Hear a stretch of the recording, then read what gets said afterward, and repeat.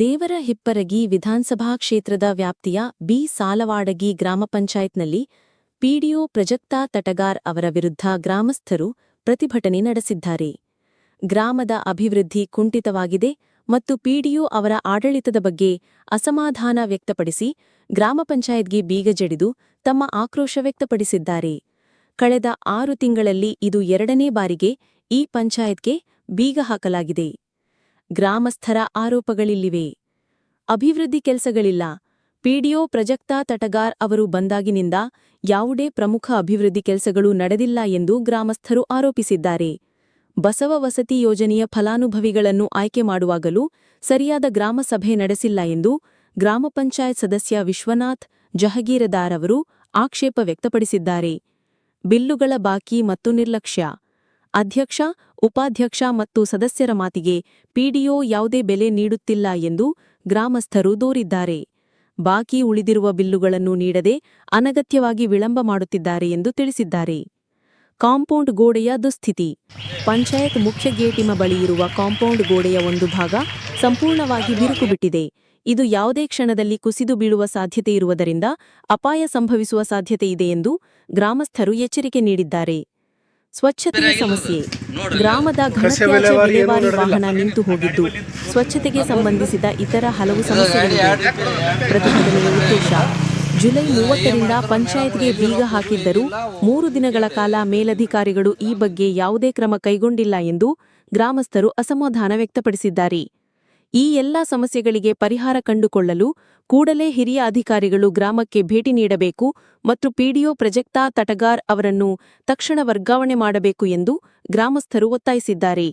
ಬೇಡಿಕೆಗಳು ಈಡೇರುವವರೆಗೂ ಬೀಗ ತೆಗೆಯಲು ಅವಕಾಶ ನೀಡುವುದಿಲ್ಲ ಎಂದು ಪ್ರತಿಭಟನಾಕಾರರು ಎಚ್ಚರಿಕೆ ನೀಡಿದ್ದಾರೆ. ಈ ಪ್ರತಿಭಟನೆಯಲ್ಲಿ ಯುವ ಮುಖಂಡರಾದ ರಾಜುಗೌಡ ಅನಂತರೆಡ್ಡಿ, ನಾಗು ವಡ್ಡರ್ ಮತ್ತು ಇತರ ಹಲವರು ಪಾಲ್ಗೊಂಡಿದ್ದರು. ಹೇಳೋದು ಹೇಳಿ ಎಲ್ಲರಿಗೆ ಹೇಳಿದ್ರು ಆಟಪಿಲ್ಲ. ಅದಕ್ಕಾಗಿ ನಾವು ಮಾಡೀವಿ. ಅನಿವಾರ್ಯ ಸೇವೆ ಹಾಕಿ ಅನಿವಾರ್ಯ ಅಕ್ಕಿ ಮೇಡಮ್ ನಮ್ಮ ಮಾತೆ ಕೇಳಲ್ಲ, ಅನಿವಾರ್ಯ ಆಗ್ಯದ. ಈಗ ಹೆಂಗಾಗ್ಯದ ಅಂದ್ರೆ ನಮ್ಗೆ ಕುದಿ ಬರಲ್ಲ ಇದೆ. ಈಗ ಅಲ್ಲಿ ದಾರಿ ನೋಡ್ಬರ್ರಿ, ಹಳ್ಳಿ ಮಂದಿ ಓಡಾಡಕ್ಕಾಗಲ್ಲ. ಆಸ್ತಿ ಸಂಬಂಧ ಈಗ ತಾಲೂಕ್ ಪಂಚಾಯತಿ ಊರ್ಲಿಂದ ನಿಮ್ಗೆ ಏನಾದರೂ ಸೋಮವಾರ ಬರ್ತೀವಿ ಅಂತ ಅವ್ರು ಅಂದಾರ. ಸೇವೆ ಹಾಕಿದ್ರೆ 1 ವಾರ ಆಯ್ತು ಬರಕ್ತಿಯಲ್ಲಿ ಯಾರು ಸೋಮವಾರ ಬರ್ತೀನಿ ಅಂತ ಹೇಳ್ಯಾರ. ಇನ್ನ ಹೇಳ್ಯಾರ, ಆಶ್ವಾಸನೆ ಕೊಡ್ತಾರ. ನಾನು ಆಶ್ವಾಸನೆ ಕೊಟ್ರೆ ಸಂಬಂಧ ಇಲ್ಲದು, ಆಶ್ವಾಸನೆ ಕೊಡ್ಬೇಕು. ಯಾಕ್ರಿ ಈ ಮೇಡಮ 3 ವರ್ಷ ಐತಿ, ಮನಿಗಳು ಬಂದವು, ಯಾವ ಮಾಡಕ್ಕ ತಯಾರಿಲ್ಲ. ಈಗ ನೀವು ಏನು ಬೀಗ ಹಾಕಿರಲ್ರಿ, ಅಂತಿಮವಾಗಿ ನಿಮ್ಮ ಕೊನೆಯ ಬೇಡಿಕೆ ಏನದ? ಈ ಬೀಗನ ತೆಗೆದು ಸರಳವಾಗಿ ನಡಿಬೇಕಂತಂದ್ರ ಮನೆ ಏನಕ್ಕೆ ಅಂದ್ರೆ ದಾರಿ ಮಾಡ್ಸನ್ರಿ. ಅವು ಬಸವದಳದ ಮನಿಗಳದವು, ಅವು ಮಾಡ್ಸನ್ ಎಲ್ಲ ಊರು ಸುದ್ ಮಾಡ್ಕೊಂಡು ಹೋಗಂತ. ನಾವೇನ ಅದಕ್ಕೆ ಸರ್, ನೀವು ಗ್ರಾಮ ಪಂಚಾಯತಿ ಸದಸ್ಯರಿದ್ದೀರಿ, ಆ ಒಳಗಿನ ವ್ಯವಸ್ಥೆ ನಿಮ್ಗೆ ಗೊತ್ತಿರ್ತದ. ನಾ ಕೇಳಾಕತ್ತೀನಿ, ಇಲ್ಲಿರುವಂತ ಸಿಬ್ಬಂದಿಗಳಿಗೆ ಏನದ ಅವ್ರ ಸಂಬಳ ಅದು ಕೊಡಾಕತ್ತಿಲ್ಲ, ಮಾಡಾಕತ್ತಿಲ್ಲ ಅಂತ ಒಂದು ಅದನ್ನು ಕೊಟ್ಟಿಲ್ಲ. ಎಷ್ಟು ಮಟ್ಟಿಗೆ ಸರಿ ಅಂತ ಹೇಳಿ ಅಲ್ಲ, ಅದನ್ನು ಸರಿ ಇಲ್ಲ.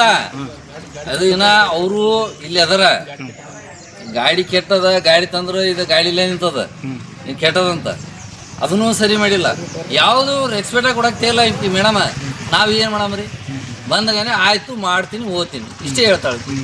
ಒಟ್ಟಾರೆ ಏನದ ಗ್ರಾಮ ಪಂಚಾಯತಿ ಇವ್ರು ಬಂದ ನಂತರ ಯಾವ ಕೆಲಸ ಅಕ್ಕಿ ಬಂದಿಂದ ಅಭಿವೃದ್ಧಿ ಯಾವ ಕೆಲಸಗಳು ಆಗಾಕತ್ತಿಲ್ಲ, ಒಟ್ಟ ಇಲ್ಲ.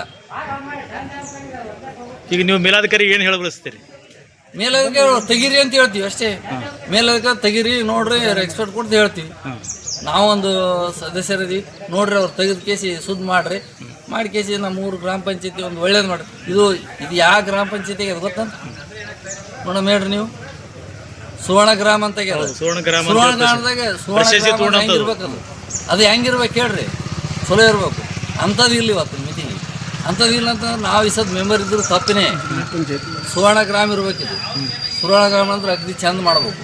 ಏನು ಚಂದ ಮಾಡ್ಯಾರ ತೋರ್ಸಂತೆ ಮೇಲಧಿಕಾರಿಗಳಿಗೂ ನಾವು ಕೇಳ್ತೀವಿ.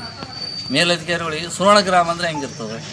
ಸುವರ್ಣ ಕೊಡ್ದ ಒಂದು 20 ಅಡಿ ಒಂದು ಕೊಡ್ತಾರಿಲ್ರಿ, 20 ಅಡಿ ಒಂದು ಕೊಡ್ತಾರೆ.